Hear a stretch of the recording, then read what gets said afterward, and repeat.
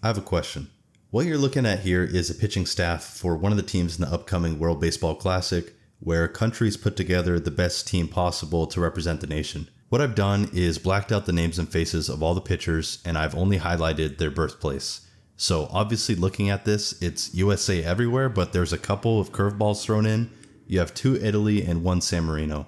Okay, first question that probably enters your mind. What is San Marino? It's this. But the next question that probably enters your mind is probably, how is San Marino so small and how does it exist? And why doesn't the surrounding country just absorb it or take it over? Do they even have an army? Like, how do they defend themselves? I can't help you with that question, but I can help you with the question I asked you earlier, which is about this pitching staff. So I'm going to give you one of the names here. Here is Adam Ottavino in his literal Team USA hat from playing for Team USA in 2023. I basically just gave you the answer. Obviously, this is Team Italy. Okay, that one was kind of tough. I only gave you the pitching staff. So here is another one. Here is the pitchers, the catchers, and the infielders. Everybody but the outfielders. It is USA down the line. It is impossible for this to be anywhere but the USA. Obviously, this is Team Israel. There was only one dude on Team Israel who was born in Israel. The rest of the team was born in the USA. This is a huge problem between Team Italy, Team Great Britain, and Team Israel. If you took only the native-born players of each of those countries and combined them, you still could not put together even one starting lineup. You could hardly put half of a lineup together. There's only 5. So how is this even possible? Basically, to be eligible for a team in the WBC, besides it being your birthplace, if you are a citizen there, if you're a permanent resident there, if you have heritage that traces back to that country, and you would be eligible for a passport or citizenship there, that is enough. So in the case of Team Italy, it used to be something like if your grandparents were born in Italy, you were able to obtain citizenship in Italy. That just recently changed. But another rule for eligibility in the WBC is if you historically have played for another team, you can go back to that team. So in the case of Adam Ottavino, he was born in New York City. He traditionally would not be eligible today for citizenship in Italy. But in 2009, he actually played his first World Baseball Classic appearance for Team Italy. In 2023, he then played for Team USA, but because he once played for Team Italy, he is now eligible to go back, and he has. You are now looking at Nolan Arenado, who was born in Newport Beach, so obviously he played for Team USA in 2017 and 2023, but now for 2026, he is playing for Team Puerto Rico. You're going to see this commonly for players in the US, basically who are honoring 2 sides of their family. And the USA roster is so stacked that losing Nolan Arenado is actually not even that huge of a deal, as insane as that might sound. Switching teams does not always work, though. You have Aroldis Chapman, who was born in Cuba, played for Team Cuba in 2009, defected from the country shortly after that, and for 2026, he attempted to play for Great Britain, but they said no, because they don't like the fact that he defected from a fellow communist country. And they said that his grandma, who was Jamaican, which was a British colony, is kind of not enough heritage to trace to there.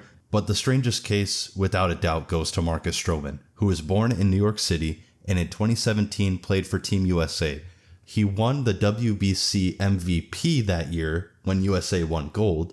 And in 2023, he played for Team Puerto Rico to honor his mom's side of the family.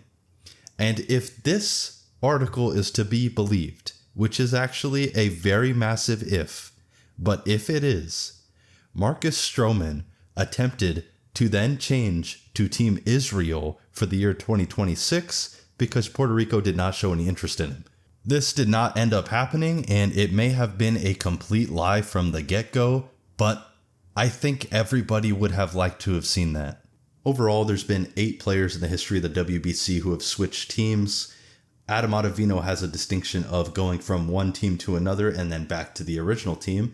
And it's kind of crazy that he would no longer qualify for that team if he had not once played for them.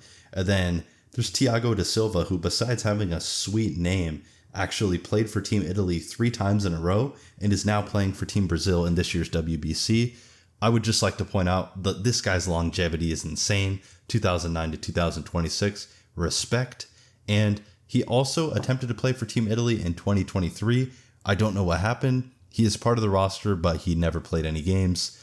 Okay, with the mess of players who switch teams aside, and the mess of the players who are on teams you could never even imagine aside, let's look at the absolute nightmare that Puerto Rico has been living through that has been so bad that the head of Puerto Rico's Baseball Federation has even threatened to withdraw the entire team from the event. This all starts with Francisco Lindor, who was supposed to be the captain of the team, but he is coming off of a surgery to his left hand right now, and because of that, he was not able to qualify for insurance. Basically, if you're an MLB player, you need to qualify for insurance in case you get injured in the WBC and then need your MLB contract paid out for the time that you miss. In Lindor's case, whatever it was, they viewed it as too risky coming off of a surgery and he could not get insured. Next, we have everybody's favorite Carlos Correa, who a couple years ago, if you'll remember, he signed a massive $300 million deal with the Giants, and then that fell through due to a physical, or at least an issue that the Giants had with his physical. So then like a week later, he signed with the Mets for over $300 million again, and that also fell through because of an issue they had with his physical. Overall, people have had issues with his ankle for like the past 12 years, but honestly, the guy has played a lot of games during that entire time. End of the story is that Correa also could not get insured and he is out. This is also the case for Jose Barrios, who has literally played or started in over 30 games since 2018. Every season besides the COVID shortened season, he has started 30 games or more, which is absolutely insane. He was put on the 10-day injured list for the first time in his career last year. He is also out. This situation is so bad that Bad Bunny literally offered to pay for the insurance for Puerto Rico's WBC team. Apparently, the agents of these players decided that was a horrible idea and that insurance was not going to cover them in the way they needed, but that's still crazy. On the other hand, when Team USA is not leaking players to other countries, their team is absolutely stacked this year. They have young all-stars. They have established all-stars, over 60 all-star appearances in total. They have MVPs, 7 in total. And most importantly, they have 6 Cy Youngs. Obviously, most of those come from Kershaw, but still, that is a huge deal this year because the pitching for Team USA in 2023 was very questionable. This year, you have Skeens, you have Skubal, although there's some news on whether Skubal is going to even pitch more than one game. But this is a huge step up for Team USA and is a great look going forward for the WBC. Overall, you look at this roster, this is just some of the guys on the team, and you say, if Team USA loses this WBC, it is essentially a national embarrassment.